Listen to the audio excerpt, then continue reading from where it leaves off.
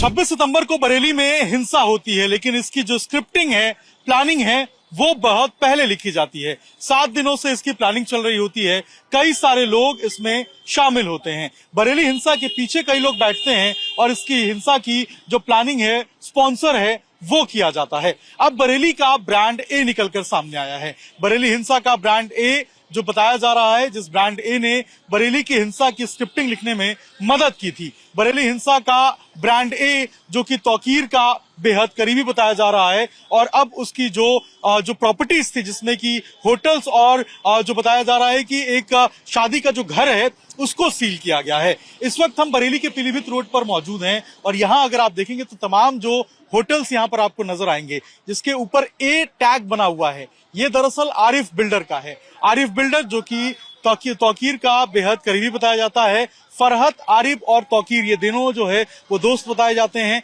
तौकीर जो है वो फरहत के घर पर फाइक इंक्लेव में रुका हुआ था जिस दिन ये हिंसा हुई, और यहाँ अगर आप देखेंगे तो ये जो फार्म लॉन है, ये आरिफ बिल्डर का बताया जा रहा है। इसके ऊपर अगर आप देखेंगे तो ए लोगो जो है वो यहाँ पर लिखा हुआ है, ए लोगो यानी कि आरिफ बिल्डर का। सामने एक और होटल है, होटल स्काईलार्क, आप देखेंगे यहाँ भी आपको ए लोगो नजर आएगा, ये भी आरिफ बिल्डर का है। इसके अलावा जो रोड के दूसरी तरफ की प्रॉपर्टी अगर आप देखेंगे तो यहाँ भी आपको ब्रांड ए नजर आएगा। आरिफ बिल्डर की जो प्रॉपर्टी है वो यहाँ भी आपको नजर आएगी। सामने जो आप देख रहे हैं यहाँ भी आपको ब्रांड ए नजर आएगा, ये भी आरिफ बिल्डर की प्रॉपर्टी है। और पीछे भी अगर आप देखेंगे तो एक और प्रॉपर्टी जो है वो आपको यहाँ पर फ्लोरा गार्डन के ठीक पीछे जो है वो देखिए, फ्लोरा गार्डन इसको सील किया गया है, यहाँ भी आपको ब्रांड ए नजर आएगा। ये भी आरिफ बिल्डर की जो प्रॉपर्टी है वो आपको नजर आएगी। पुलिस तमाम एस्पेक्ट से जांच कर रही है, अलग अलग पॉइंट से जांच कर रही है। आरिफ बिल्डर का हालांकि एफआईआर में अभी तक नाम नहीं है।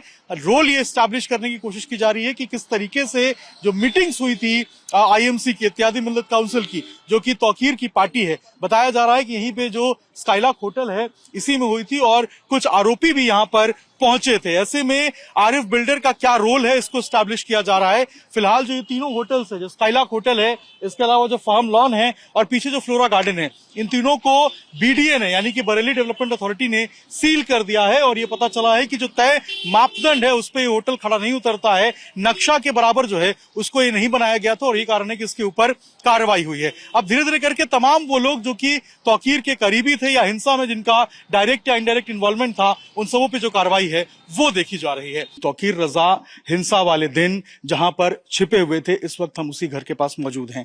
फरहत नाम के एक व्यक्ति हैं, उनके घर पर तौकीर रजा जो है वो रात में ही पहुंच गए थे, यानी कि 25 तारीख की रात में ही यहाँ पर जो तौकीर है वो पहुंच गए थे। ये फाइक इंक्लेव है बरेली का, और यहीं इसी घर में जो फरहत का मकान है, इसी के अंदर तौकीर रजा रुके हुए थे। पुलिस को इसकी जानकारी मिलती है, पुलिस की टीम, डीएम, एसपी दोनों पुलिस बल के साथ यहाँ पर पहुंचते हैं। यहाँ पर तौकीर रजा से बात की जाती है, जो कार्यक्रम है उसको रद्द करने के लिए कहा जाता है, लेकिन तौकीर रजा की तरफ से जो एक वीडियो है वो वीडियो मैसेज जाता है जिसमें कहा जाता है कि कार्यक्रम रद्द नहीं होगा, और लोग बड़ी संख्या में बाहर निकलकर वहां पर पहुंचे। उसके बाद से ही जो भीड़ है वो बढ़ जाती है, भीड़ काफी ज्यादा बाहर आती है। कार्रवाई जो है वो इस पूरे मामले में अब देखने को मिल रही है। लगातार लोगों की जो गिरफ्तारियां हैं वो हो रही हैं। इसके अलावा जो बुलडोजर एक्शन है वो करीबी लोगों के जो ठिकाने हैं जो अवैध रूप से चल रहे थे वहां भी हो रहा है। इस घर के ऊपर भी जो बीडीए की टीम है वो आई थी, जो पुलिस प्रशासन की टीम है वो पहुंच रही है, जांच कर रही है, देख रही है, और कार्रवाई जो है वो होने की उम्मीद और कयास लगाए जा रहे हैं। फरहत जो है वो